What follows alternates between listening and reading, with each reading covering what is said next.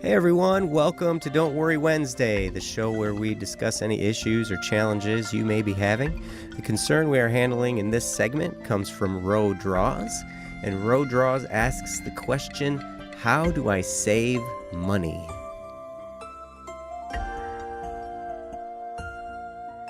All right. That's a really good question. Actually, Ro, I have to compliment you on your money, your finances, because I've noticed that you've saved up in order to pay off your debts for college loans and so on. So that's an awesome move right there. That's great. I'm not a big financial guru. Joe knows a lot more than I do, so I'll let him take the lead on that. Well, I noticed here that she whispered that. It was a whisper. Oh, it's a whisper. It was a whisper with a laughing face. Oh. So I don't know. Maybe I was like, for a minute there, I was like, oh, she said whispers. Maybe that means she wants to keep it private. But then I was like, but it's written here on the. How do you save money? It's like that. I was like, yeah, once it's written, there it is. So once it's written, there it is. Once you see it, you have seen it. Yep. I can't unsee it now. Yes. I don't know. Saving money can be tough. Generally, the principle is, pay yourself first. If you're trying to save money for something, anytime you get paid, put money in for that first. And figure out, if you're upside down in your expenses, where you're spending more money than you're making, then it might take some time of looking into what you're spending money on and reducing that. All of us are disciplined financially. It's just some of us are disciplined from external sources. Mm-hmm. It's way better if we can learn to discipline ourselves. Because then, and sometimes the way we discipline ourselves is harder than the external world. But, we all end up being disciplined financially in some way. So sometimes it's tough, and there are times, sometimes being self-employed, sometimes some months I make a decent amount of money over my expenses, and then some months it's like, oh man, I'm gonna have to call some of these people and say I'm gonna make your payment a little bit late because I don't quite have enough.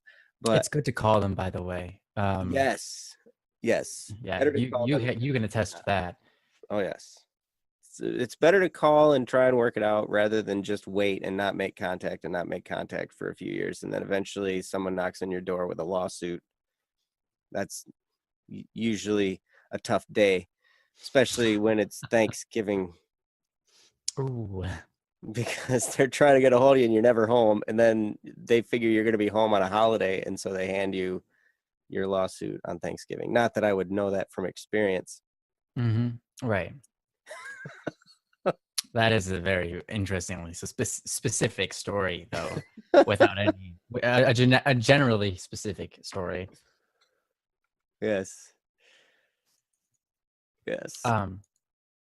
Some things you might actually that might help you in what do you call that? Practice. So you eat food every day. You go shopping for food. There's a couple of things that I do, and I see other people do for saving money. That is, one, you have to have self-control. You have to have self-discipline, self-control. And that basically, in order to work up self-control, sometimes you have to do unrelated things in order to get better. One thing that I do for self-control, or used to do, is fast from a specific type of food. Fasting is basically like, okay, so I have a sandwich. I take a sandwich for lunch and I eat half of it. And then I let it sit there on the counter where I can see it for, I set a timer, like 2 hours. And I'm like, I'm not going to eat that sandwich for 2 hours, even though it's sitting there staring me in the face. And it's like, yo, you could just eat me. I know you're still hungry. And, and you're like, no, I'm not going to do it. I said I wasn't going to do it. I'm not going to do it. And then you wait 2 hours and then you finally eat it. And if you can do that a couple of times, maybe, maybe only an hour, maybe only 30 minutes, whatever, whatever's going to work for you and your schedule. But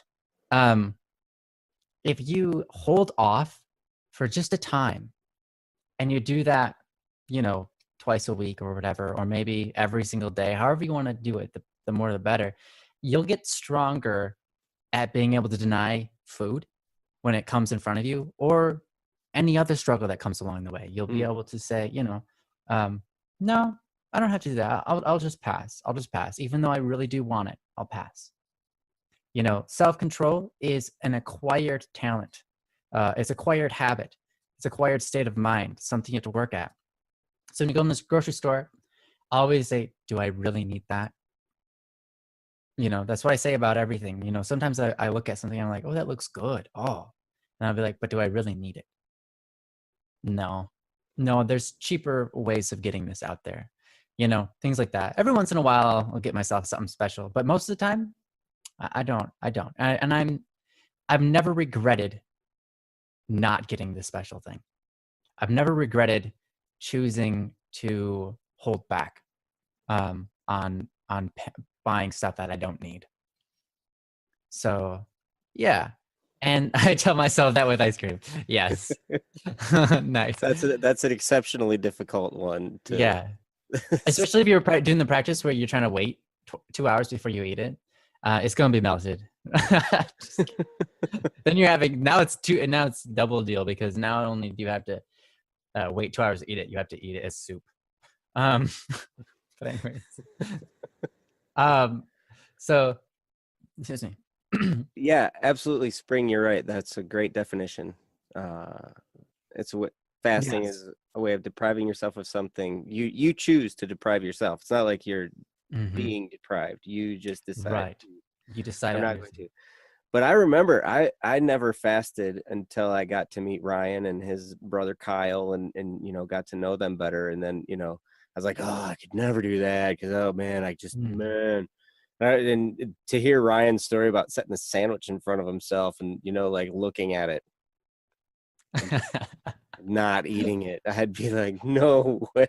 There's no way. If I knew that sandwich was not somebody else's, I'd be like, oh, I gotta eat that thing, man. It's right there. It's in front of me. It looks so good. Unless I had mushrooms on it or something, then it'd be nasty. You put mushrooms on it for like 2 hours and you take them off.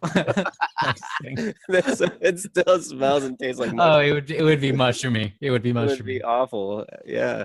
Anyways, go on. But no, you're so right about how that discipline, just doing that, even if it's just like you decide, okay, I'm going to not eat lunch today.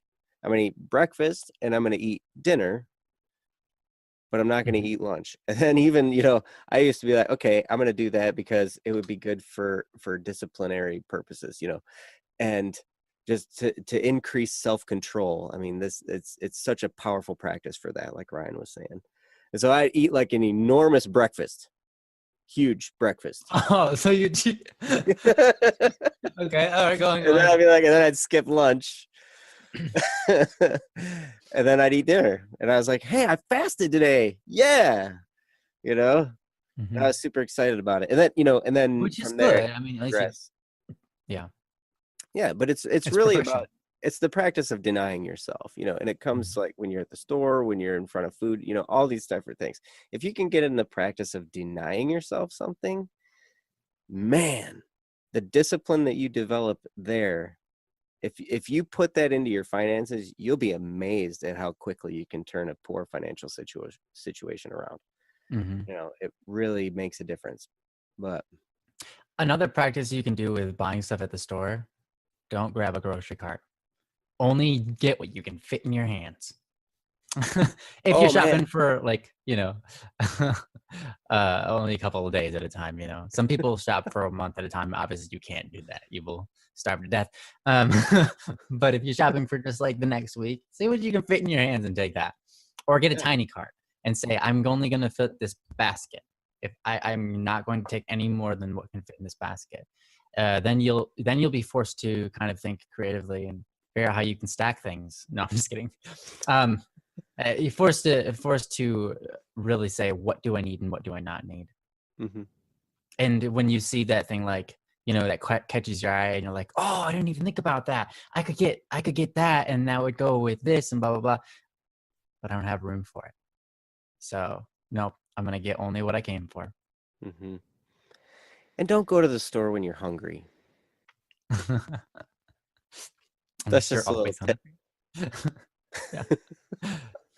Like if you've been fasting, maybe shopping's not a good thing to do when you're towards the end of a fast. Yeah, when because you're then like, you're just looking around and going, oh, that looks good. Oh, that looks good. That looks Mhm. good. That looks good. I'm so hungry. Oh man, I just really need.